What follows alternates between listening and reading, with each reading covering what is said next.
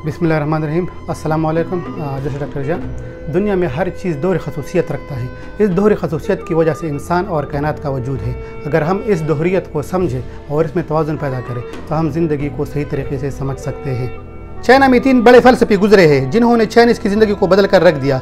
इनमें लाओ Tzu, Confucius और बुद्धा शामिल है।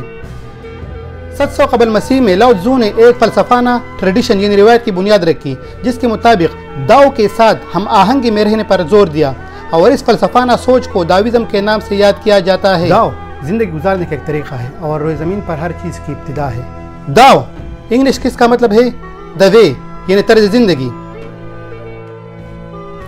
इस चाइनीज़ कैरेक्टर में बहुत गहराई है और इसका समझना ज़िंदगी का समझना है।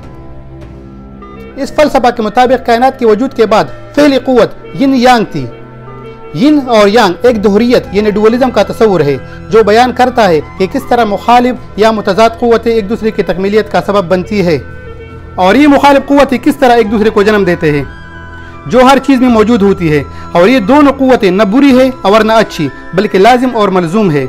यिन यांग को इस अलामत से ज़ाहिर किया जाता है जिसमें काली पट्टी को यिन, जो ज़मीन की वजूद, साया और चांद को ज़ाहिर करता है, जबकि सफ़ेद पट्टी यानी यांग आसमान, रोशनी और सूरज को ज़ाहिर करता है। ये दोनों क़ुव्वतें एक दूसरे के बिना नहीं रह सकती, यानी यिन के अंदर यांग और यांग के अंदर यिन होती है। चाइनीज़ समाज में मेल एनर्जी यानी मुज़क्कर ताकत को यांग, जबकि फेमिनिन एनर्जी यानी मुअन्नस ताकत को यिन कहा जाता है। यांग एक्टिव क़ुव्वत है जबकि यिन पैसिव। अगर यांग रोशनी है तो यिन अंधेरा, अगर यांग दिन है तो यिन रात, अगर सूरज यांग है तो चांद यिन, अगर लोग या जिंदगी यांग है तो ज़मीन यिन। यानी ये दोनों एक दूसरे के मुतज़ाद होती है। यिन यांग का कॉन्सेप्ट यानी तस्वुर ट्रेडिशनल चाइनीज़ मेडिसिन में भी इस्तेमाल होता है। हम जो अंग्रेज़ी अद्वियात इस्तेमाल करते हैं वो मुफीद है, लेकिन इसके मुज़र असरात भी है। अंग्रेज़ी अद्वियात का इस्तेमाल एक होलिस्टिक अप्रोच नहीं है।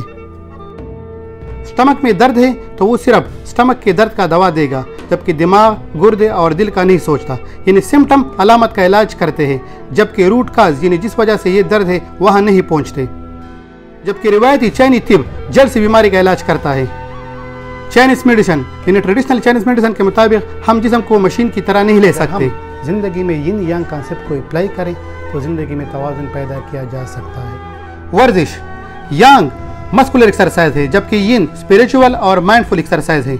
इस दोनों में तवाज़ुन बहुत ज़रूरी है। अगर सिर्फ मस्कुलर वर्जिश करे और योगा और मेडिटेशन न करे तो यांग ज़्यादा होगा लेकिन यिन कम होगा, जिससे इंसान के मसल तो अच्छे हो जाते हैं लेकिन जिस्म के दूसरे हिस्सों यानी जोड़ों में दर्द के मसाइल पैदा होते हैं।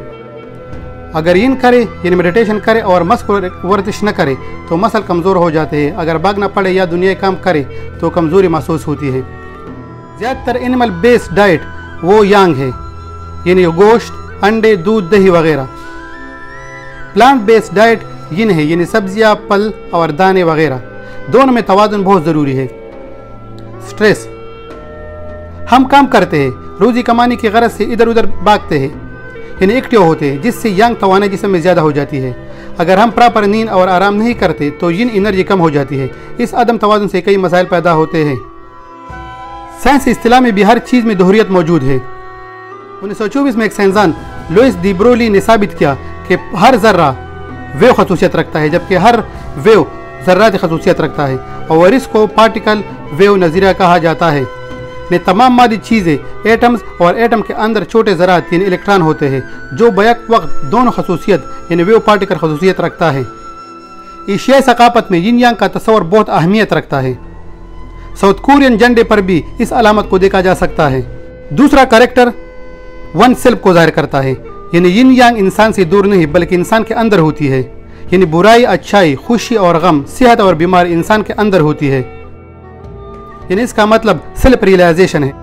लाओ त्ज़ू ने अपनी किताब द बुक ऑफ चेंजेस में लिखा है कि कोई लम्हा या फेल मुमकिन नहीं तब तक जब तक इसका मुखालिफ फेल या लम्हा वाक़ई न हो। उसने कहा कि अगर आप किसी चीज़ को कमज़ोर करना चाहते हो तो पहले उसको मजबूत बनने दो। अगर किसी चीज़ को हटाना चाहते हो तो उसको नमूदार होने दो। अगर किसी चीज़ को अपनाना चाहते हो तो पहले उसको खोने दो। तीसरे कैरेक्टर का मतलब है टू गो टू मूव, यानी कोई भी सिचुएशन मुस्तकिल नहीं होती, यानी ज़िंदगी मुसलसल डायनामिक है।